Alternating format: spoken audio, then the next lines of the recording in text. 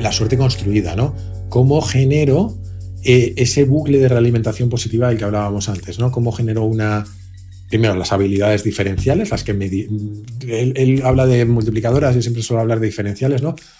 Es muy difícil estar en el 2% mejor de una sola cosa, pero no es tan difícil estar en el 20% mejor de varias.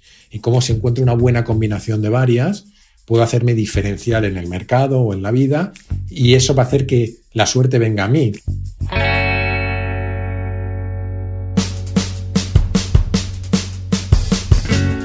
Soy Jon Cuervas Mons y esto es Intercambio Iónico, un podcast donde entrevistaré a algunos de los emprendedores y CEOs más importantes de España y Latinoamérica. Hoy conversaré con Jaime Rodríguez de Santiago sobre pensamiento multidisciplinar, curiosidad, modelos mentales, Derek Sivers y sobre cómo atraer la suerte.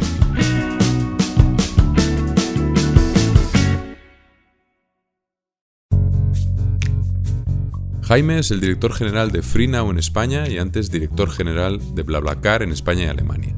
Además, hace un par de años empezó Kaizen, un podcast para curiosos compulsivos que lo recomiendo siempre que pueda. Hay algo que me llama especialmente la atención de Jaime.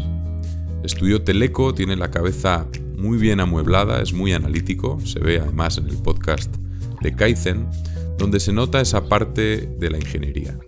Luego se metió de lleno en los negocios, las startups, y esto le ha permitido incorporar nuevas perspectivas, la gestión de personas, pero ninguna de estas dos áreas están en el extremo opuesto del espectro. De hecho, encajan muy bien, ingeniería y negocios es algo bastante habitual. Pero yo creo que hay algo más, y tiene que ver con la empatía, la sensibilidad, la comunicación, algo como artístico, creativo, el podcast. Y después de darle unas vueltas a esto, abro su blog y leo. Me crié entre adultos, porros, música, libros y cuadros, muchos cuadros. Sin duda aquí hay algo de lo que tirar del hilo y quiero saber cuántos Jaimes hay en realidad y cómo su infancia tuvo un gran impacto en su curiosidad compulsiva. La verdad es que es cierto que no tuve una infancia típica. Yo personalmente lo veo más como un privilegio poco habitual. Quizás retrotrayéndome a la propia infancia de mis padres por un segundo, mis padres crecieron en familias tradicionales, conservadoras, y como muchos otros, especialmente en esa generación, yo creo, tal vez como reacción a eso se fueron un poco al otro extremo, ¿no? Mi madre estudió filosofía pura, mi padre estudió Bellas Artes, claramente vivieron intensamente los primeros años de la movida. Yo conozco algunas historias y hay muchas que no he querido conocer. Cuando yo nací, mi padre se sacó la oposición de profesor de instituto y durante los primeros años de mi vida estuvimos viajando mucho por España. Íbamos allá donde a mi padre le destinaban y solían pedir cambios de destino frecuentes, ¿no? Hasta el punto de que un día eché la cuenta y de memoria, y lo mismo me equivoco, pero creo que me salían unas 11 casas distintas en los primeros 6 años de vida y como en 4 provincias distintas. Así que es de esas cosas a las que tú, como es tu vida, no les das mucha importancia, pero que obviamente son probablemente diferenciales en algún aspecto, ¿no? Para bien o para mal, pero diferenciales.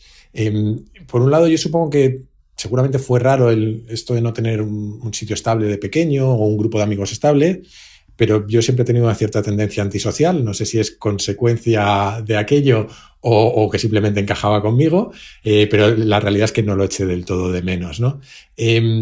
Por otro lado, creo que esto significó que me crié rodeado de adultos, ¿no? Muchas veces, además, artistas y muchas veces expuesto a películas. Mi padre era pintor, a cuadros, a música, que seguramente no me habría llegado hasta mucho más adelante en la vida, mucha de esa exposición.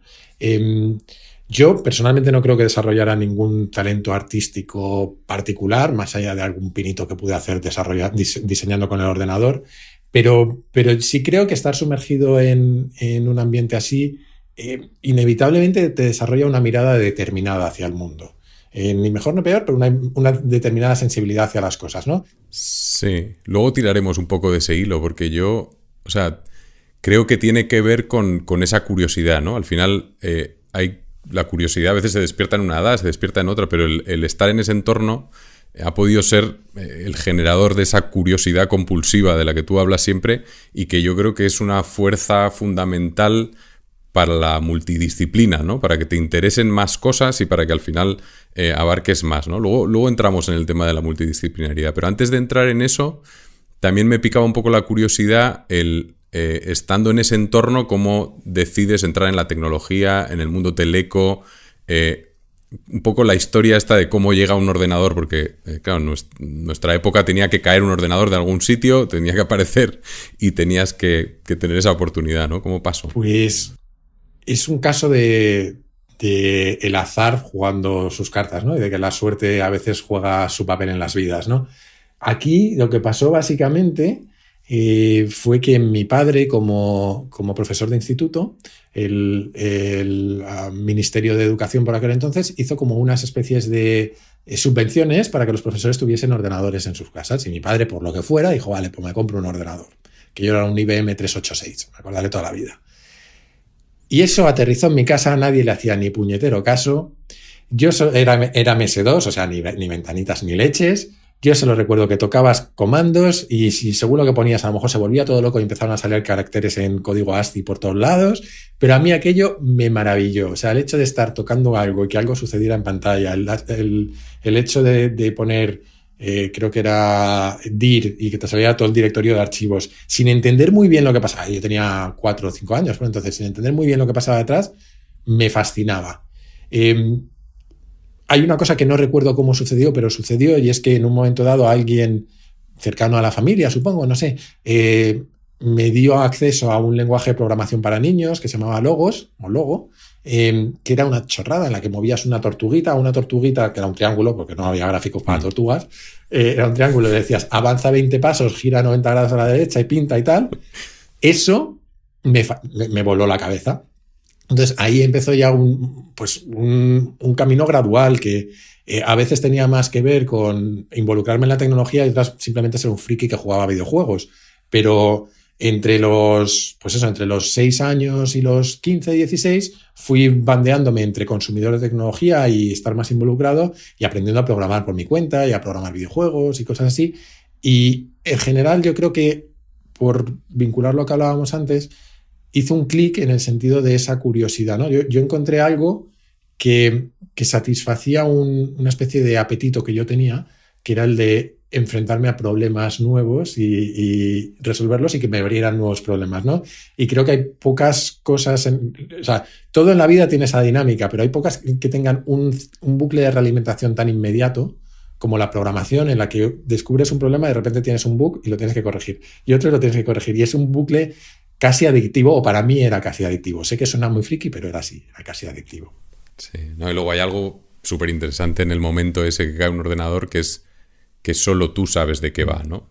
O eres el único capaz de aprender cómo funciona. Entonces, al final, eso te da un punto también como de rebeldía, como decir, es que soy el dios de esto. Es como lo de programar el vídeo, ¿no? Llegó un momento que era como, pues eres el único que programa el vídeo, entonces eso te da un estatus que lo del ordenador es un poco parecido. Yo creo que ese punto, a mí me llegó el Spectrum, que yo era un poco antes, y también, claro, nadie sabía ni enchufarlo, pero claro, para ti pues era tu cosa, era algo que tú sabías cómo gestionarlo. Y además, perdóname que interrumpa, pero además te daba un entendimiento, o sea, a mí lo que me pasaba es que lo veía como relativamente simple y me daba cuenta que el resto lo veía como muy generaciones mayores lo veían muy complicado, ¿no?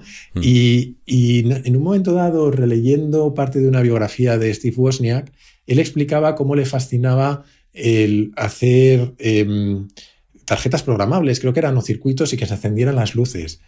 Que es una cosa excepcionalmente simple, pero que tiene algo de mágico. Y sobre todo para un niño, y creo que tiene algo de mágico. Entonces, a mí esa fascinación me atrapó y creo que se nota, me hizo friki de por vida. Sí, está claro. Pues, oye, volviendo a lo de antes, porque yo creo que ese hilo me apetece indagar un poquito el de la multidisciplinaridad, ¿no? Entender un poco. Creo que esa infancia tuya pues tiene que ver en esa curiosidad compulsiva y el querer indagar en más cosas y aprender de más cosas. Y al final tú en tu podcast hablas mucho de la multidisciplinaridad, de los modelos mentales, de tratar de entender otras disciplinas, cómo funcionan para poder resolver problemas complejos. ¿Tú cómo explicas, cómo defines el pensamiento multidisciplinar? El valor más importante del pensamiento multidisciplinar no es del todo consciente. O sea, al final, tiene más que ver con cómo miramos el mundo, que con un ejercicio consciente de aplicar ideas de una u otra disciplina en momentos determinados. Al menos yo lo veo así, ¿eh? Yo por lo menos no creo ser muy consciente cuando estoy aplicando conocimientos de una u otra disciplina a algo, sino que simplemente forma parte de tu caja de herramientas. No me gusta mucho esa símil, pero de la caja de herramientas, ¿no? A los dos nos gustan mucho los modelos mentales y seguro que luego hablaremos de ellos, pero creo que a veces se toman como una especie de lista o de estructuras inmediatamente aplicables, y para mí el pensamiento multidisciplinar lo que te da es una mayor variedad de esas estructuras, sí, pero sobre todo te permite encontrar patrones útiles muchas veces en la que menos esperabas de esas disciplinas para resolver algo, ¿no? Si lo piensas, y es un símil que yo he usado varias veces, toda la optimización de campañas de marketing digital son en el fondo un ejercicio súper parecido a la evolución y a la selección natural. Te podrías inspirar en la biología para generar mutaciones de campañas. Creo que eso es la multidisciplinariedad, ¿no? Poder hacer ese tipo de conexiones creo que te da más opciones a la hora de abordar problemas, ¿no? Yo lo veo así, más o menos. Hay una experiencia que yo tuve, no sé si te suena Team Academy. Team Academy es una especie de... pues es un grado universitario, título universitario que empezó en Finlandia y que está enfocado a emprender, a aprender, o sea, a aprender a emprender y a aprender haciendo, ¿no? Entonces, cuando empieza el curso, crean varios equipos de 7, 8 personas y esos equipos tienen que facturar. Tienen que facturar en primero, en segundo tienen que facturar más, en tercero tienen que facturar todavía más, son como mini empresitas. Y además en tercero tienen que facturar, creo que es en China o en India, o sea, se van a distintos países para facturar. Y además tienen, en vez de profesores, tienen como coaches que les ayudan a aprender de las materias que necesiten para los negocios que estén montando. Y desde Finlandia lo trajeron a España. Yo estuve, la primera startup que monté, les contraté para ayudarme en la parte de desarrollo de negocio y a montar los productos, a darles forma a una serie de productos, pero funcionó regular y fue un tema de profundidad. O sea, hay una cosa que me pareció interesante, que es que ellos estaban saltando de disciplina en disciplina pues de una manera increíble, como nadie hemos hecho antes. A mí me parecía además una metodología que era increíble, porque al final te permitía aprender haciendo. O sea, tenía todas las... A priori parecía una metodología súper interesante, y sigo creyendo que es interesante, ¿eh? Pero tenían esa falta de profundidad, ¿no? Que no llegaban a profundizar en ninguna de las disciplinas, y yo creo que para que realmente cuaje y entiendas bien los modelos mentales de otras disciplinas, tienes que haber profundizado mucho en una o dos disciplinas, ¿no? Yo esa es un poco la idea que tengo, porque creo que si no es todo lo útil que podría ser. Yo creo que esto sale en cierta medida en el libro de Range, de amplitud, de Epstein. Voy a hablar de memoria y lo mismo digo alguna cosa mal, pero creo que él habla de... creo que lo llama un modelo T, si mal no recuerdo, ¿no? Que lo ideal es tener mucha profundidad en una disciplina o en un campo y luego mucha amplitud en muchos otros campos con poca profundidad, ¿no? Yo creo que tiene sentido. No sé si es la única forma, pero creo que tiene sentido porque cuando tienes mucha profundidad en un campo, enseguida eres capaz de sacar símiles a medida que vas viendo superficialmente modelos mentales de otros campos, ¿no? Por ejemplo, vuelvo, pero porque es un ejemplo que creo que todo el mundo puede entender, vuelvo a la parte de la evolución y las campañas de marketing o el funnel. La evolución es un funnel. Entonces, si conoces muy bien las campañas de marketing, enseguida puedes entender muy bien cómo funciona un modelo evolutivo, y si entiendes muy bien cómo funciona un modelo evolutivo, enseguida puedes entender lo otro. Pero si no sabes ninguno de los dos con profundidad, probablemente te vaya a costar un poquito más, y no estamos hablando de modelos súper complejos. Si nos vamos a modelos más complejos, seguro que te encuentras con dificultades de verdad. Pero yo creo que sí que tiene mucho valor eso. Dicho lo cual, no conocía el modelo que comentabas, pero al final yo creo que la multidisciplinariedad cumple otra función muchas veces, que es la de permitirte ser el pegamento entre distintos departamentos, entre distintos tipos de personas, ser la interfaz, ¿no?, que traduce a ambos lados o en múltiples caras más que a ambos lados, porque muchas veces hay mucha gente involucrada. Y para eso creo que hay una parte que tiene que ver con el conocimiento y otra parte que tiene que ver con en el proceso de adquisición de ese conocimiento muchas veces también estructuramos el lenguaje de una forma y estructuramos la comunicación de una forma. Entonces, es proverbialmente sabido que los ingenieros normalmente no nos comunicamos muy bien, pero entre ingenieros nos solemos entender. Entonces, probablemente porque hay una forma de abordar las cosas, ¿no? Yo creo que hay otra pata de la multidisciplinariedad que es un poquito más más implícita y que tiene que ver más también con las estructuras que generas a la hora de comunicar o de absorber conocimiento, no tanto con el conocimiento en sí, que también. Volviendo al tema de la curiosidad, que me parece también clave. Ayer oía a Tim Ferriss entrevistando a Walter Isaacson, que es una entrevista que acaba de salir, y hablaban muchísimo de la curiosidad, ¿no? De cómo la curiosidad era lo que hacía a la gente entrar en otras disciplinas, que al final... cuando un científico, que Laura ha escrito un libro sobre una científica pues, que fue la que descubrió el CRISPR y tal, entonces él decía, es que tú te haces muy especialista en algo, pero lo que te saca de ahí para empezar a tener esa visión más multidisciplinar, que aunas más cosas, es la curiosidad. Entonces, como que lo que coincide en toda la gente que él valora o que él ha escrito libros y tal, es esa curiosidad compulsiva que hace que aunque seas muy experto en algo, utilizas muchas cosas que te vienen a la cabeza porque analizas todo, aunque sea algo que a priori no tenga ninguna relación o a priori sea difícil conectarlo, como que lo usas, ¿no? Y que la curiosidad es la clave. Y la verdad, no llegaban a una conclusión clara de dónde viene esa curiosidad, porque lo interesante sería entenderlo, ¿no? Yo puedo decir que para mí, no sé por qué, si es producto de mi educación o de las personas con las que me he rodeado o lo que sea, a priori, o sea, mi forma de aproximar las cosas es que a priori todo es interesante. Luego hay cosas que me aburren, pero a priori todo me parece interesante y acabo acumulando datos, perdón que lo diga así, pero datos de mierda en mi cabeza, como que las angulas desovan en el mar de los sargazos, que no vale para nada, que no vale de nada, pero cuando aproximas, pues acabas absorbiendo mucha información, alguna útil y otra no tan útil, ¿no?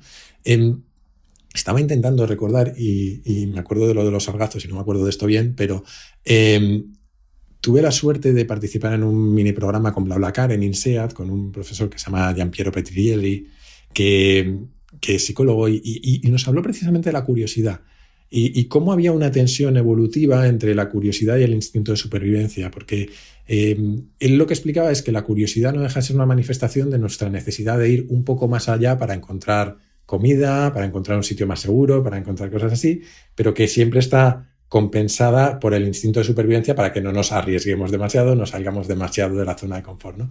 Entonces, no sé cuánto de eso está basado en evidencia científica o cuánto es una interpretación, pero me parece interesante pensar en esos términos y también en el día a día qué frenos ponemos a nuestra curiosidad o de dónde pueden venir esos frenos. No tengo mucho más razonamiento alrededor de eso porque es una cosa bastante poco estructurada en mi cabeza, pero yo sí soy de la opinión que todo el mundo tiene curiosidad y lo que no sé es por qué no la desarrollamos más. Pues a raíz de esto, si te parece bien, me gustaría que entrásemos directamente en los modelos mentales y tratar de llevarlos a la práctica para que la audiencia también los comprenda mejor y les pueda sacar todo el partido. He elegido 4, para mí son los más útiles, al menos los que más uso yo de forma recurrente. A mí me han servido en mi trabajo, en mi día a día y sobre todo para que la primera respuesta no sea la que prevalece, ¿no? Para tener otras perspectivas y otras respuestas posibles. El primero, que te va a sonar bastante, es el del mapa no es el territorio, que también significa que todos los modelos son incorrectos. No es una buena manera de arrancar, pero bueno. Este en concreto, ¿cómo lo explicas? ¿Cómo lo bajas tú a la práctica? Mira, a mí es uno que me apasiona. O sea, en concreto la frase esta que has dicho de que todos los modelos son incorrectos, ¿no? Que es una frase de un matemático que se llama George Box. Me apasiona porque usamos modelos todos los días y nos son tan útiles que llega un momento en el que nos olvidamos de que son modelos y los aplicamos como si fuesen la realidad. Y esto, en el fondo, eso es lo que dice el mapa no es el territorio. Ten en cuenta que cuando tú miras un mapa no es la realidad, es una representación de la realidad que según la resolución que tenga va a ser más cierta o menos cierta, pero no puedes tener nunca un mapa con 100% de resolución porque entonces sería la realidad. Entonces no es un modelo. Entonces, ya solo el concepto me vuela a la cabeza porque me parece fundamental, pero si lo queremos aterrizar un poquito más y hablar de utilidad en el día a día, por ejemplo en una empresa, yo creo que simplemente el hecho de ser consciente de que cualquier análisis al que nos enfrentamos tiene fallos inherentes y es imposible que no los tenga, es un poco deprimente, pero a la vez creo que debería ser útil, ¿no? Porque para mí tiene dos derivadas. La primera es, si todos mis análisis que veo tienen un error, soy consciente de ese error. No de cuánto es, pero soy consciente de dónde puede estar. Es decir, puedo identificar mi punto ciego, puedo identificar dónde se me está escapando algo. Y lo otro es que inmediatamente te lleva a un escenario de pensamiento probabilístico, de yo tomo decisiones creyendo que probablemente van a llevar a un escenario positivo. Pero puedo tomar una mala decisión y acertar, y tomar una buena decisión y que el escenario no sea el que yo esperaba, ¿no? Que es otra cosa que a mí me parece fundamental, particularmente en las empresas, ¿no? Tener una mentalidad de pensamiento probabilístico, porque además creo que, no me voy a enrollar mucho, pero creo que te lleva también a una mentalidad de experimentación continua, porque cuando no sabes cuál es la realidad, lo que tienes que hacer es catas y pruebas continuas. Sí, yo en o sea, veo, claro, yo me lo llevo muy claramente al diseño, por ejemplo, ¿no? Yo veo un sesgo muy claro de los diseñadores. Yo soy arquitecto, estudié arquitectura, aunque también he hecho una transición multidisciplinar, pero entonces conozco muy bien a los diseñadores y la forma de pensar, ¿no? Entonces ahí yo veo un sesgo muy claro que es la simplificación. O sea, la simplificación, hay una frase también mítica de Einstein, ¿no? Que era, hazlo todo tan simple como sea posible, pero no más simple. Entonces, muchas veces como diseñador aprendes a simplificar de una manera tan buena, o sea, aprendes tanto a simplificar que te pasas. O sea, que te pasas, y que yo noto el sesgo ese muchas veces, ¿no? Y al final, cuando diseñas una app, pues una app vuelve a ser un mapa para poder navegar un servicio, bueno, y más en tu caso, en el mío, en movilidad, pues todavía más, ¿no? A ver, tengo aquí el segundo. La verdad es que a mí me gusta mucho porque ayuda mucho, que es el de, a ver, en español yo lo llamo revertir, o es que invertir suena a invertir dinero, entonces el de darle la vuelta a las cosas para analizarlas, ¿no? El tratar los problemas al revés, o hacerte la pregunta al revés. Que el objetivo del modelo es como, al final es entender qué evitar para que salga lo que tú quieres, ¿no? Entonces un ejemplo que lo he hecho, además esto de forma práctica, es Wondo, la startup que yo lidero, el pensar, a ver, yo quiero que la startup vaya bien, que en 2 años tenga tantos clientes, tengamos tanto revenue, tal. Pues cómo hacerme la pregunta al revés y pensar qué puedo hacer para que se vaya al garete, ¿no? ¿Qué tendría que hacer para destruirla? Entonces me parece que es muy útil para identificar los riesgos, como que es más fácil identificar los riesgos así, es más fácil priorizarlos, y eso te ayuda mucho al final a pensar. Y luego es muy fácil saber qué tienes que evitar. Es verdad que es más difícil elegir lo que tienes que hacer, pero lo que tienes que evitar es muy fácil de elegirlo. No sé qué te parece sí. Me gusta, joder, de nuevo se me han abierto unos cuantos melones, voy a ver si los recupero, pero me gusta por varios motivos. Uno, tiene una raíz muy matemática, ¿no? Que es, muchos problemas matemáticos son más fáciles si inviertes, por ejemplo, la fracción. Si inviertes una fracción se resuelve más fácil que si no las inviertes, etcétera, ¿no? A partir de ahí, creo que efectivamente tiene esa derivada que tú dices, que un poco haciendo el ejercicio de multidisciplinariedad, en el fondo lo que has descrito no deja de ser lo que los estoicos llamaban la premeditación sobre los males, ¿no? Voy a pensar en todo lo que me puede ir mal, y a partir de aquí me hago mi plan de contingencia, primero mi composición de lugar y me preparo mentalmente, y luego mi plan de contingencia, ¿no? Dicho todo esto, sí es cierto que yo en el día a día, sí, en ese aspecto sí quizá lo uso, no lo uso tanto así, y de hecho yo no uso tanto la inversión, pero sí uso algo muy parecido, que es cambiar el marco de referencia con el que miramos las cosas, que en el fondo es lo mismo, ¿no? Cambiar un poco el marco con el que miramos la decisión. Y es que muchas veces, yo tengo la sensación de que muchas veces en una empresa o en nuestra vida estamos discutiendo sobre si hacer o no algo basándonos en los méritos de hacerlo, pero muchas veces no nos planteamos una pregunta tan sencilla que muchas veces te cambia la perspectiva, que es ¿cuál es la alternativa? Porque muchas veces planteas cuál es la alternativa y te das cuenta que es que no hay alternativa. Entonces la decisión de hacer eso está tomada, y realmente lo que tienes que discutir es el cómo lo hago para que sea mejor. O cuál. Quiero decir que ese cambio de referencia, que es una tontería, pero muchas veces, oye, ¿cuál es mi alternativa? Y es una pregunta muy estúpida, pero muchas veces desbloquea muchas decisiones. Entonces, la inversión en sí tiene mucho valor, y para mí tiene mucho valor en sí como ejemplo de algo un poco más alto nivel, que es esa capacidad de cambiar el marco de referencia alrededor de un tema para buscar soluciones diferentes. Pasando ahora, porque estos eran los dos primeros, los dos siguientes tienen más que ver con los sesgos cognitivos, que aquí también he traído un poco una frase del almanac de Charlie Munger que habla del two-track analysis, pues, el hacer análisis en dos vías o seguir dos caminos, que uno es el del interés racional y el otro es el influenciado por el inconsciente, ¿no? Y yo, sinceramente, del almanac, el último capítulo, que es ¿cómo se llama? Psychology, Human Misjudgment, puede ser, que es es el más interesante sin duda y es el que apela a esa parte del inconsciente, ¿no? Donde están los sesgos cognitivos, y además hay uno detrás de otro, no me acuerdo ahora el número, no sé si eran 20 y pico. Y aquí he elegido dos, que además les he puesto los nombres de otro libro, que es el de Influence, de Robert Cialdini, porque me parece que se entienden todavía mejor. El primero es el de la reciprocidad. Yo creo que tienes tú algún ejemplo en tu podcast. ¿Qué ejemplo pondrías tú en la reciprocidad? Bueno, yo creo que el que puse en el podcast, si recuerdo correctamente, es un estudio que se hizo en el que en un campus universitario le preguntaban a los alumnos si se ofrecerían voluntarios para, no me acuerdo las cifras, pero algo así como para acompañar a unos chavales problemáticos durante un mes, todos los días, al zoo, algo así era, o darles clases durante un mes todos los días. Sí. Y casi nadie, creo que nadie decía que sí. E inmediatamente les volvían a preguntar, bueno, ¿y si es vigilarles durante una hora mientras voy a hacer un recado? Entonces la mitad de la gente decía que sí, ¿no? ¿Cómo en el momento en el que entendemos que el otro ha cedido algo o nos ha dado algo, inconscientemente nos sentimos en deuda y tendemos a pagar esa deuda, ¿no? Yo creo que hay otros ejemplos que seguro que tú conoces alguno, pero ese es el que me viene a mí a la cabeza.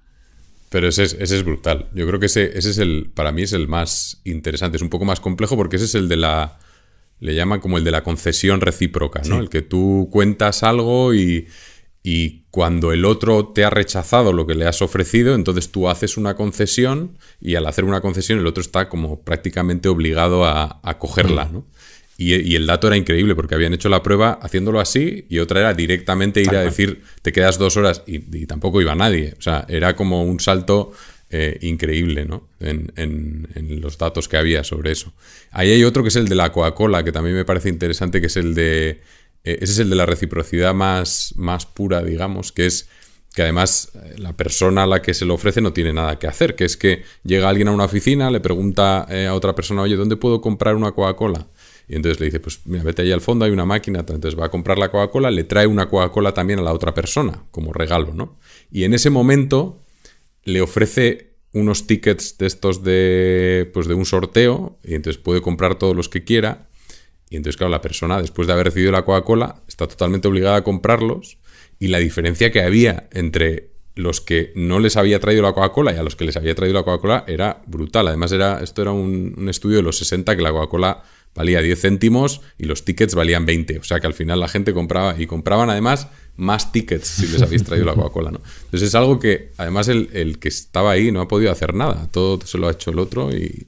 Entonces ahí yo creo que para la parte de ventas, nosotros ahora que estamos en un proceso además metidos de venta B2B y que estamos trabajando un poco esos sales pitch que tenemos que sacar en las reuniones, claro, estos modelos son fundamentales porque te ayudan mucho a encontrar un planteamiento que funcione, ¿no? Y yo creo que para las ventas es muy interesante. Sí, yo soy un vendedor terrible y nunca he usado estas tácticas porque primero es que vendo mal, entonces no me planteo vender. O sea que tácticamente no lo he usado tanto, pero creo que hay mucho valor también en cómo te puede conocer esto, cambiar tu propio comportamiento en el día a día, ¿no? Yo creo que el hecho de saber que haciendo pequeñas cosas por otros, siempre que puedes, no digo por interés, sin esperar nada a cambio, y aunque en ocasiones te puedas llevar alguna desilusión, creo que a largo plazo es una forma maravillosa de construir una red de influencia y de hacer amigos por el camino, ¿no? O sea que yo personalmente intento comportarme así en el día a día porque sé que tiene beneficios inherentes y aparte porque creo que es éticamente lo correcto, pero además creo que también está el otro lado de la ecuación, ¿no? Que también es muy interesante tenerlo presente cuando te intentan vender algo. Sí, no. Ahí yo creo que es muy útil. O sea, más que tenerlo presente, que es realmente útil. Porque al final, si te dan algo, no lo cojas. Claro. Esa es la conclusión. Si te regalan algo, mejor no lo cojas. Luego, el último, ya por terminar los modelos y los sesgos cognitivos, estaba el del compromiso y la consistencia, que este es otro interesante. Yo voy a poner un ejemplo que igual es un poco tonto, pero a mí me resulta muy familiar, que es el cuando compras algo y has estado a lo mejor eligiendo, comparando un montón de productos, mirando los precios. Imagínate un móvil, ¿no? Miras todos los precios, estás tal. Al final tienes 1000 dudas y acabas eligiendo uno. Pero es que en el momento en el que lo compras y te lo llevas a casa, claro, de repente el móvil es el mejor. O sea, no hay duda, ¿no?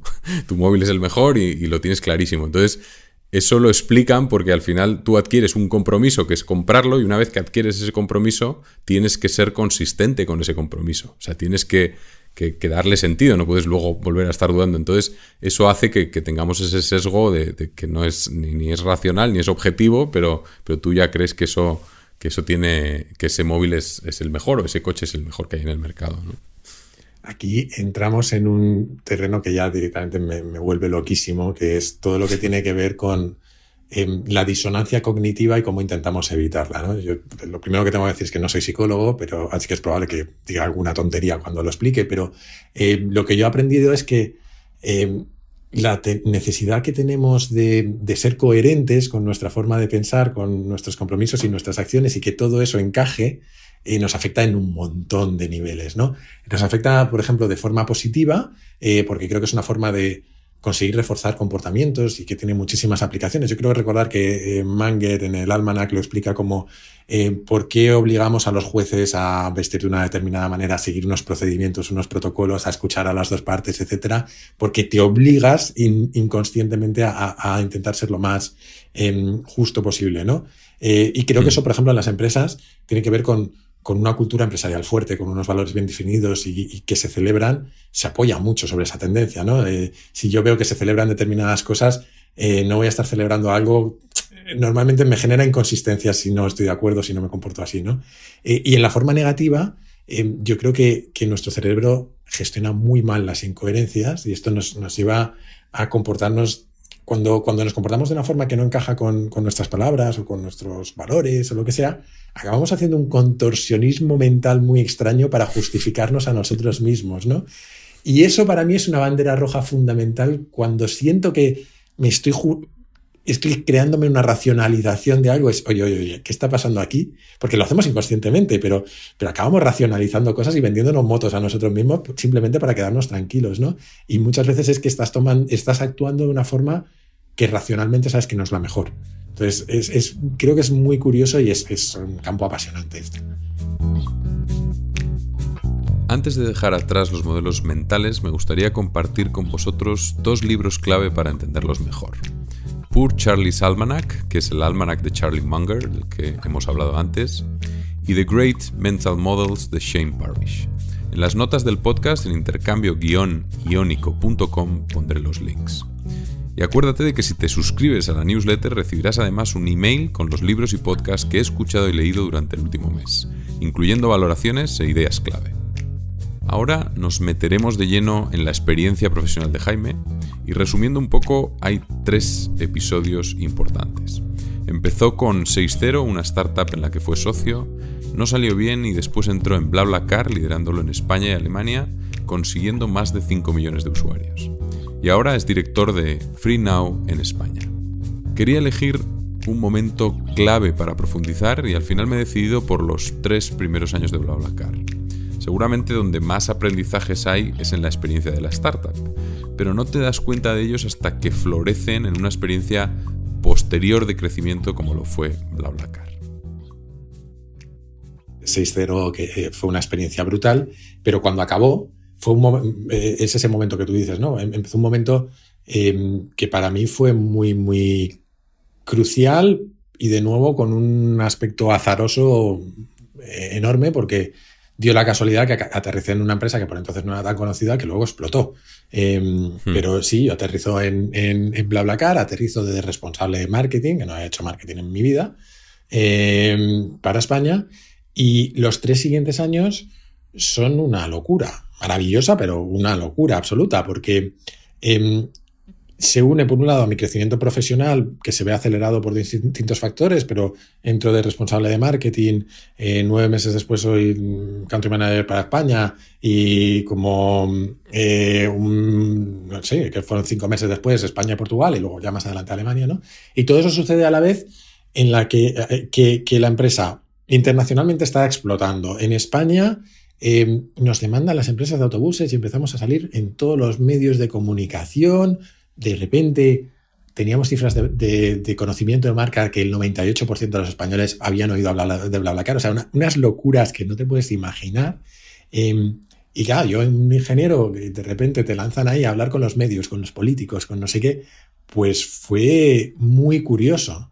Infinitos aprendizajes, tantos que no sé cuántos voy a saber realmente extraer, porque se acaban convirtiendo un poco en tu día a día, ¿no? Pero yo, el primero es que yo fui enormemente, tuve muchísima suerte de que eso sucediera en ese orden, de que primero tuviese una mala experiencia con 6.0 al final y luego que BlaBlaCar fuera así de bien, porque mi primer aprendizaje fue el de ser consciente de cuándo estás ante una experiencia difícil de repetir y disfrutarla y exprimirla. Y esto es algo que le decía un montón a mis compañeros. Les decía, es que esto no, porque para muchos era su primer trabajo, les decía, es que esto no es normal. O sea, esto que nos está pasando no es normal. Y hay una parte de... Y yo creo que eso también sirvió, a su vez reforzó mi crecimiento profesional, en el sentido de que intenté exprimir la experiencia y me volqué y aprendí un montón, pero también trabajé súper duro por eso, ¿no? El segundo es mucho más general y va a parecer quizá muy común, que es un lugar muy común, pero es la importancia de la cultura y lo difícil que es generarla en las empresas. O sea, para mí BlaBlaCar es un caso brutal de cómo generar una cultura fuerte desde muy pronto, cómo empoderar a los equipos locales de hacer lo que queráis mientras sigáis estos valores, y cómo eso devino en un equipo internacional que pensaba muy parecido, estando con tíos aislados que eran equipos de 3 personas en un país, que dices, estos pueden estar haciendo lo que quieran. Pero había la cultura es muy intangible muchas veces, pero había algo en el ambiente que nos unía a todos, ¿no? Y esos 3 primeros años fueron alucinantes por un montón de aspectos. No sé, en cierta medida fueron un poco irreales o surreales a veces, ¿eh? Entonces es difícil de trasladar. Por terminar esto y dar una sensación de este aspecto más surreal, yo recuerdo cuando levantamos una ronda de financiación, estar con los fundadores en una azotea de París, viendo todo París, bebiendo champán, que digo, estos tienen que estar flipando con la que han liado, ¿no? Entonces, sí, yo creo que hay muchos aprendizajes de ese crecimiento hiperacelerado, otro aprendizaje es que en ese momento que te acabo de definir, yo creo que toda la empresa se sentía invencible. Claro, luego vinieron maldadas en algún momento dado y hubo gente que se llevó un choque brutal. Entonces también el saber que el éxito se refuerza a sí mismo, ¿no? Se realimenta y entras en una ruleta de feedback positivo, pero que también se puede, en un momento puede parar y el ajuste a la realidad es duro, ¿no? Seguro que si sigo hablando me salen un montón más, pero de momento creo que los podemos dejar ahí. Y de aprendizajes, o sea, ¿qué aprendiste tú de ti mismo? Porque ahí yo creo que esa es una parte también muy interesante, porque cuando una carrera profesional empieza como a crecer así fuerte, yo creo que es cuando de repente sabes qué es lo que se te da bien, qué es lo que... O sea, es como que descubres cosas y dices, es que yo estaba aquí, ¿no? Sí, no sé si estoy 100% de acuerdo con eso, estoy muy de acuerdo, pero creo que también a mí la suerte es un factor que el azar me obsesiona bastante, ¿no? Y creo que el tipping point muchas veces tiene que ver con un golpe de suerte, ¿no? Llega un momento en que efectivamente aterrizas en un sitio en el que encajas y las piezas encajan y todo se empieza a realimentar, ¿no? A partir de ahí, efectivamente, tú te das cuenta de cosas de ti mismo, ¿no? ¿De qué me di cuenta yo de mí mismo? Pues, aunque soy ya un poco contradictorio quizá, yo creo que pese a tener una cierta tendencia antisocial, que la tengo de verdad, o sea que soy muy introspectivo y estoy muy a gusto solo, creo que se me da razonablemente bien, y puede que tenga que ver con la multidisciplinariedad que hablábamos antes, interactuar con personas de culturas o de formaciones o de departamentos muy diferentes, hacer bien de interfaz y ayudar a que todos avancen en la misma dirección, ¿no? Una de las cosas que me di cuenta entonces y que espero que siga siendo cierta hoy es que la gente encontraba fácil trabajar conmigo, que es una cosa muy tonta, pero que es casi un requisito para poder progresar en determinados niveles, ¿no? Y luego hay una segunda parte que seguro que se manifiesta mucho en el podcast, que es descubrí que me interesaba mucho el mundo, todo lo relativo con la comunicación. Tanto hacia adentro, creo que la comunicación juega un papel fundamental a la hora de alinear equipos, de motivar, de que todo el mundo conozca su misión. Y creo que hay muchas veces una de las mejores formas de liderazgo es, no voy a decir sobrecomunicar, pero normalmente es comunicar más de lo que tú crees necesario. Sí, eso sí, seguro. Y a la vez hacia afuera, ¿no? Toda la parte que tiene que ver con ser la cara visible de una compañía, cómo representarla. Creo que te genera también algunas disonancias a veces porque te ves en posiciones en las que a lo mejor no quieres dar tu opinión porque estás representando una compañía y no siempre es sencillo de gestionar, pero me parece un mundo apasionante en general, el de la comunicación, y ese fue un descubrimiento de entonces. ¿Internamente hay algo que veas como clave a la hora de montar esa comunicación interna que hayas visto que funciona muy bien, que hagas recurrentemente? Lo que voy a decir es una tontería, pero es que no preparamos las comunicaciones muchas veces. Y el mero hecho de preparar la comunicación, organizar tus mensajes, qué le vas a transmitir al equipo, no te digo hacerte un guión, que muchas veces sí, pero en general darle un sentido a la comunicación. No es, os voy a contar nuestro plan de este año, no. Os voy a contar el plan de este año, lo voy a estructurar así para que quede claro cuál es el motivo detrás de cada punto, etcétera, ¿no? Para mí eso es mimarla un poco. Creo que no mimamos la comunicación mucho y creo que a la hora de la comunicación interna en particular hay mucha improvisación muchas veces, y creo que el mero hecho de trabajarlo un poco, y eso es otro aprendizaje de BlaBlaCar. BlaBlaCar trabajaba mucho la comunicación interna, creo que es importante. Pues sí, pues lo dejamos ahí. Yo estoy totalmente de acuerdo con esa, porque al final es verdad que se valora poco, ¿no? O no se le da la suficiente importancia y si no se trabaja no hay autenticidad tampoco en ese mensaje, entonces no llega tampoco a nadie. O sea, al final yo creo que esa parte es fundamental. Pero para que nos sirva de resumen y para indagar un poco más sobre algunos temas, me gustaría hablarte de Derek Sivers, que es Derek, es músico, escritor, emprendedor. En el 97 montó CD Baby, una web para vender discos, y lo vendió en 2008, siendo el vendedor independiente más grande del mundo. Entonces, lo que a mí me interesa son los directives, que es, él después de leer 250 libros, decidió escribir y agrupar las directivas concretas que hay en cada libro, ¿no? Lo que te dicen que hagas cada uno de esos libros. Esa es la idea de las directivas. Y algunas están publicadas en su blog, pondré la referencia en las notas del podcast, pero voy a leer algunos puntos de una directiva que se titula «Cómo hacerse rico». Empiezo por el primer punto. Vive donde la suerte aparece, vive donde todo esté pasando, donde fluya el dinero, donde se construyan las carreras profesionales, donde vive la gente que admiras. Una vez allí, dalo todo como nadie, vive justo en el medio de todo. Di sí a todo, conoce a todo el mundo, nada es demasiado pequeño, hazlo todo. Como los tickets de lotería, nunca sabes cuál va a tocar, por lo tanto, cuanto más, mejor.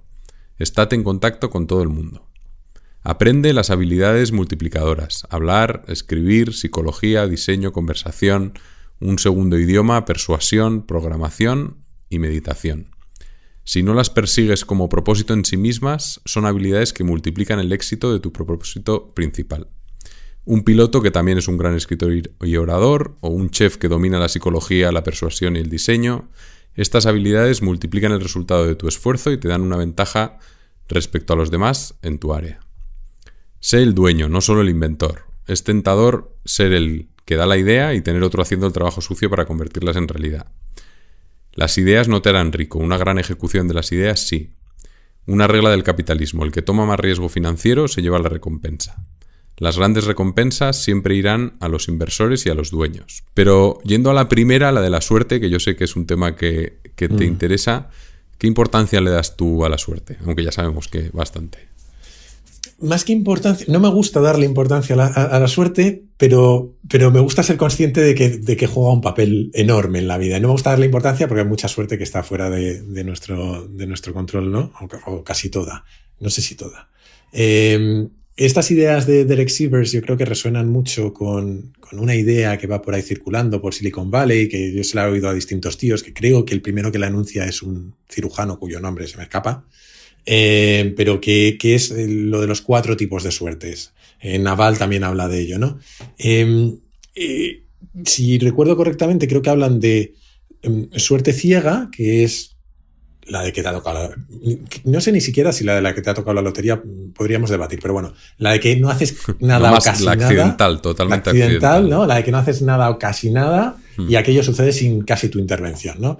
Y luego él lo que habla mucho en esas directivas, o lo que me parece que me resuena mucho, es lo que estos tipos llamaban la suerte entrópica, que es lo de haz muchas cosas, genera caos y será más probable que te caiga un golpe de suerte, ¿no? Luego ya nos adentramos casi en la intersección con la parte de las habilidades, que es de la multidisciplinariedad, que es lo de la suerte descubierta, es decir, ¿qué es aquel golpe de suerte que solo puedes identificar tú por tu conocimiento o por tus habilidades, ¿no? Creo que un ejemplo clásico era el de Fleming con la penicilina, que llevaba no sé cuánto tiempo investigando movidas y de repente un día sí la lió, se dejó una placa o una comida por ahí y se dio cuenta que pasaba algo. Pero cualquier otro no se habría dado cuenta de lo que pasaba ni habría sabido identificarlo. Hubo un factor suerte, pero hubo un factor de suerte descubierta, ¿no? Y el último, que tiene mucho que ver con lo que habla él ahí y con lo que habla Naval de cómo hacerte rico, es la suerte construida, ¿no? Cómo genero ese bucle de realimentación positiva del que hablábamos antes, ¿no? Cómo genero primero, las habilidades diferenciales, las que él habla de multiplicadoras, yo siempre suelo hablar de diferenciales, ¿no? Es muy difícil estar en el 2% mejor de una sola cosa, pero no es tan difícil estar en el 20% mejor de varias. Y cómo si encuentro una buena combinación de varias, puedo hacerme diferencial en el mercado o en la vida, y eso va a hacer que la suerte venga a mí, que cuando alguien necesite un tipo con una combinación muy específica de habilidades, sea yo o otros 2 en el mundo. Pues esas ideas resuenan un montón y me parece un tema apasionante y además una muy buena forma de pensar en la suerte. Yo no creo nada en la tacita de Mr. Wonderful de persigue tus sueños y se convertirá en realidad, porque creo que la suerte juega un papel fundamental, pero tampoco creo en que el mundo es absolutamente, o que nuestro destino es absolutamente irremediable y todo depende de la suerte, ¿no? Creo que tenemos un pequeño porcentaje de influencia, ¿no? Entonces, creo que todo esto que él dice o esta forma de ver la suerte que hablaban estos tipos de Silicon Valley encaja muy bien en esa filosofía de cómo puedo tener un cierto control sobre las cosas que puedo controlar en mi vida, ¿no? Voy a volver a leer la última directiva, que sé el dueño, no el inversor. Las grandes recompensas siempre irán a los inversores y a los dueños. Y esta pregunta, es un poco también terapia para mí, ¿eh? ¿No te pica el gusanillo de emprender otra vez, de tomar las riendas de un proyecto al 100%? Muchas veces sí. Creo que está Level, que dice que no hay nada más adictivo que una nómina a final de mes, que no hay droga más adictiva que una nómina a final de mes, ¿no? Y yo creo que sobre todo si las has pasado regular es un factor que tienes ahí. O sea, me pica mucho el gusanillo muchas veces, pero también tengo ese freno y yo creo que quizá cuando esté en una posición en la que pueda hacer eso sin preocuparme, pues a lo mejor sí que me lo replantearía. No sé si tendría el mismo hambre, esa es una disquisición diferente. También tengo la suerte de que creo que en parte estoy matando un poco ese gusanillo con el podcast, por ejemplo. O sea, yo siempre he tenido proyectos paralelos y animo a todo el mundo a tener un proyecto paralelo porque creo que te ayuda a multidisciplinariedad en un montón de cosas. Pero en mi caso en particular, además, el podcast, como se me ha ido un poco de las manos, se está convirtiendo en un pequeño negocio en el sentido de que estoy monetizando, pero también, sobre todo, más allá de la parte de monetización, en un proyecto casi emprendedor, ¿no? Porque hay como... llevas ya, creo que este es el 3er capítulo, bien sabes, hay mucho trabajo detrás de un podcast y es un proyecto al que yo por lo menos lo mimas mucho, ¿no? Piensas mucho en ello, o sea, tiene muchas similitudes a pequeña escala, bajo riesgo y Y digamos que es un sucedáneo bastante razonable para ese gusanillo, y en el futuro ya veremos. Sí, la verdad es que ayuda. Yo hay una cosa que me has abierto ahí, que es... hay una entrevista de Tim Ferriss a Hugh Jackman que habla de estar al 80%, de que si vas al 100% a por algo no sale bien, ¿no? Que esto era aplicado a los atletas, pero que al final se puede aplicar a todo. Entonces decían que si alguien va intentando dar el 100%, no lo consigue, hay que ir al 80%.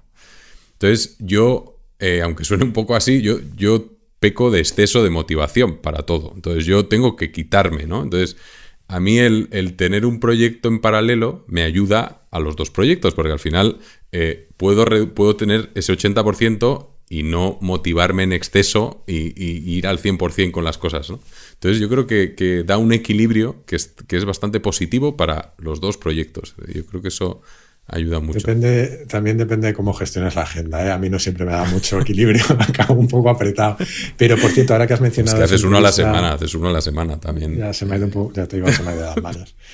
Ahora que mencionas esa entrevista de Hugh Jackman, es brutal, se la recomiendo a todo el mundo, me parece un pedazo de entrevista, y creo que lo decían de Carl Lewis, ¿no? Que decía que, creo que se refería a Carl Lewis, ¿no? Que él era partidario de entrenar, sobre todo de entrenar al 80% para no quemarte. Y hay una idea muy parecida de un amigo de Tim Ferriss, que es Josh Waitzkin, que él dice que no hay que estar al 100% todo el rato, que los verdaderos top performers son los que son capaces de bajar al 0% y subir al 100% cuando necesitan, ¿no? Que son capaces de relajarse del todo, y yo no he llegado a eso, pero bueno, es una buena aspiración. Sí, eso Naval habla mucho también de eso, ¿no? De trabajar cuando en el momento adecuado, en el momento importante, y ya está. Vale, pues ahora vamos a entrar en la fase final ya, que son una serie de preguntas rápidas, lecturas, hábitos. Las respuestas no tienen que ser rápidas, pero vamos a empezar por el tema lecturas. ¿Qué libro es el que más has regalado? Como ya te habrás dado cuenta, no soy muy capaz de dar respuestas rápidas, pero voy a intentarlo. No, la respuesta no hace falta. Pues mira, regalado, no lo sé. Sabía que me ibas a preguntar esto, entonces he estado dando una vuelta y se me ocurren varias cosas. Primero, el que más veces me han robado porque lo he dejado y no me lo han devuelto es A Random Walk Down Wall Street, el de un paseo aleatorio por Wall Street. Para que le interese la inversión, me parece brutal. Uno que he regalado mucho es El mundo y sus demonios, de Carl Sagan, que es un poco de pensamiento crítico sobre magufos y terraplanistas y tal, pero escrito por Sagan en su tiempo. Yo creo que el que más recomiendo es Pensar rápido, pensar despacio, de Kahneman. Y uno que he descubierto, que me estoy terminando de leer ahora mismo y que creo que voy a regalar mucho en los próximos meses, es The Culture Map, de Erin Meyer. Es un libro, sobre todo para quienes trabajan en ámbitos multinacionales, con gente de todos los países, que aborda todas las dificultades inconscientes que tenemos por nuestras diferencias culturales.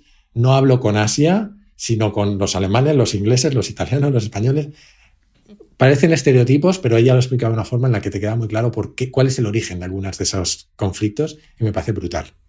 Apuntado queda. Esos los pondremos ahí, las referencias en las notas. La segunda pregunta tiene que ver con los hábitos, que esta yo creo que puede ser divertida, que es ¿cuál es el hábito que te ha costado más cambiar o implementar? Y luego si tienes algún sistema para mantenerlos. Yo creo que no tengo hábitos especialmente raros, quiero pensar. Creo que más que el que más me ha costado implementar, porque jamás fui capaz y lo dejé de hacer, fue eso de levantarse a las 6 de la mañana, a las 5 de la mañana, irte a hacer deporte y tener un día hiperproductivo. Lo hice 3 días y estaba muerto, y lo he intentado 2 o 3 veces, y yo creo que mis ritmos circadianos no funcionan así, no funcionó así, desde luego. Entonces, sí que tengo un sistema, no tanto para mantener los hábitos. Tengo una cosa que creo que es lo más particular que puedo contar, y es muy friki, desgraciadamente, y es un sistema bastante sofisticado para seguir mis objetivos vitales y mis hábitos. Empezó como una chorrada, que era una nota en mi móvil en la que Cada mes revisaba cómo había sido ese mes respecto a cuántas horas había trabajado, si me estaba pasando de trabajar y tenía poco equilibrio con mi vida personal, si había quedado con gente, cómo iba mi relación sentimental por aquel entonces, o la relación con mi familia, mis finanzas personales. No sé, una nota en la que casi a modo de diario me contaba cómo había sido el mes, ¿no? Y esto ha ido derivando, se me ha ido un poco de las manos también, porque a partir de ahí me generé un fichero de Excel en el que yo fijaba unos KPIs personales y hacía un registro semanal. Y eso está muy bien porque sí que es cierto que cada semana lo hago, registro a ver qué he hecho y miro un poco. Si yo me planteaba a principio de año una serie de objetivos de pues, ver pelis, salir, ver X amigos, tal, pues veo si mi vida se está desviando en una dirección o en otra. Si estoy dedicando demasiado tiempo al trabajo, demasiado tiempo a una cosa u otra, ¿no? Y ahora ya se me ha ido del todo de las manos porque le he sumado encima una capa de organización en el día a día, en el mismo fichero, en el que tengo todo un sistema de estos de GTD, de Getting Things Done, para organizar el día a día, que no sé si lo mantendré porque se me está yendo, ya te digo, se está alcanzando una complejidad absurda para simplemente tus hábitos, pero que a mí me ha funcionado. Por hacer que la gente lo entienda, entonces tú te pones un objetivo, pues eso, pues vamos a empezar con lo de las pelis, ¿no? Tú al final del año dices, voy a ver 50 pelis. O dices, quiero ver más pelis, ese es el objetivo. Luego te pones lo llevas un poquito más abajo, entonces dices, van a ser 50 películas. ¿Cuántas son a la semana? Entonces te pones cuántas son a la semana, que a lo mejor es una a la semana, y luego eso es lo que revisas todas las semanas para saber cómo vas, ¿no? Y te da una idea de cómo vas recorriendo ese camino. Ya para que la gente piense que soy un tarado del todo, o sea, lo que hago es... si te contara lo mío, flipas. También, en diciembre me hago un mapa mental, que conocerás, ¿no? Me hago un dibujito de cómo quiero que sea mi año que viene y empiezo a sacar flechas de ahí. En lo personal, quiero esto. Luego aterrizo eso en tareas y luego en el Excel tengo una fórmula que dice, ha pasado X% del año y en cada una de estas tareas has conseguido un X%. Si eso no está alineado, se me pone en rojo, me avisa, vas desviado respecto a tu objetivo, entonces procuro semanalmente mantenerlo. Y más o menos el hábito de mantenerlo lo tengo. Sí es cierto que no todas las semanas se te puede escapar algo, pero, por ejemplo, para cosas como quiero asegurarme de hacer suficiente deporte, me es súper útil, porque entiendo cuánto deporte estoy haciendo, lo puedo combinar con el Apple Watch o con lo que sea, con algún sistema de cuantificación. Es muy ingenieril, pero a mí me ha funcionado mucho para que haya intencionalidad detrás de cómo gasto el tiempo. Pues sí, es bastante no, es súper friki. Alguno que se lo he enseñado me ha dicho, ¿a dónde vas así por la vida? Pero oye, a mí me funciona. No, sí. Pero está muy bien. Yo creo que esto ayudará a la gente. No sé si, claro, lo guay sería poner un link a tu... No, tengo una versión simplificada porque soy tan idiota que le dediqué un capítulo del podcast. Entonces tengo una versión simplificada. Ya te pasaré el enlace. Pues oye, pondremos el enlace. Vale, pues yo creo que ya toca llegar a la última pregunta. Bueno, lo primero, gracias, porque yo creo que yo por lo menos me lo estoy pasando bien, pero esa es la sensación, es que no quiero que acabe. Y nada, espero que te lo hayas pasado igual de bien. Y voy a dejar una última pregunta que es, ¿cuál es la primera persona que te viene a la cabeza cuando escuchas la palabra éxito? Ya sé que es difícil. ¿Y por qué? Soy terrible para estas cosas, para los referentes, los mentores, ¿no? Como te he dicho, soy un poco antisocial y tiendo a ser muy introspectivo, ¿no? Pero pensando, y lo normal es que me venga gente de los negocios, deportes y tal, pero pensando concreto en el ámbito general de la palabra éxito, y esto va a quedar muy friki del podcast, pero bueno, me vienen 4 nombres, que es Arturo Fernández Campos, Juan Gómez Jurado, Rodrigo Cortés y Javier Cansado, que son los de Todopoderosos, el podcast este. Porque creo que estos tíos, además de ser súper exitosos en sus carreras, han tenido la genialidad de ser capaces de generar una audiencia enorme que se sienta a escuchar a 4 colegas hablar de sus cosas y lo han monetizado. O sea, es que no hay nada más maravilloso que te paguen por sentarte a hablar con tus amigos. Parece una maravilla. Entonces, aparte que son tíos súper interesantes. Entonces, me quedaría con ellos como referente de un éxito holístico, ¿no? Casi es. He alineado lo que me gusta con lo que me da de comer, con lo que me paga, o sea, con lo que la gente quiere de mí, ¿no? Me parece maravilloso. Vale, pues yo creo que es un buen punto para terminar. ¿Hay algo más que quieras decir, comentar, quejarte. No, me lo he pasado muy bien. Animarles a que te sigan escuchando, que yo creo que este es un podcast del que pueden salir cosas muy guays. Lo que me quedaría es hacer publicidad poco disimulada, o sea, que escuchen Kaizen y que usen FreeNow. Y poco más, que mil gracias por la invitación, que me lo he pasado muy bien. Se terminó. La verdad es que se me ha hecho muy corto y quiero agradecer a Jaime por todo el conocimiento, aprendizajes que nos ha traído a Intercambio Iónico. Y espero que os haya gustado. Llegarán episodios muy interesantes en breve, como el próximo con Diego Ballesteros, así que suscríbete en Apple Podcast, Spotify o en tu plataforma favorita. Las notas de la entrevista las tienes en intercambio-iónico.com y acuérdate de que si te suscribes a la newsletter recibirás además un email con los libros y podcasts que he escuchado y leído durante el último mes. Así que entra en intercambio-iónico.com y suscríbete. También puedes encontrarme en Twitter en @ioncuervasm, M al final. Y un saludo muy especial para Craig Lawless en la producción del podcast.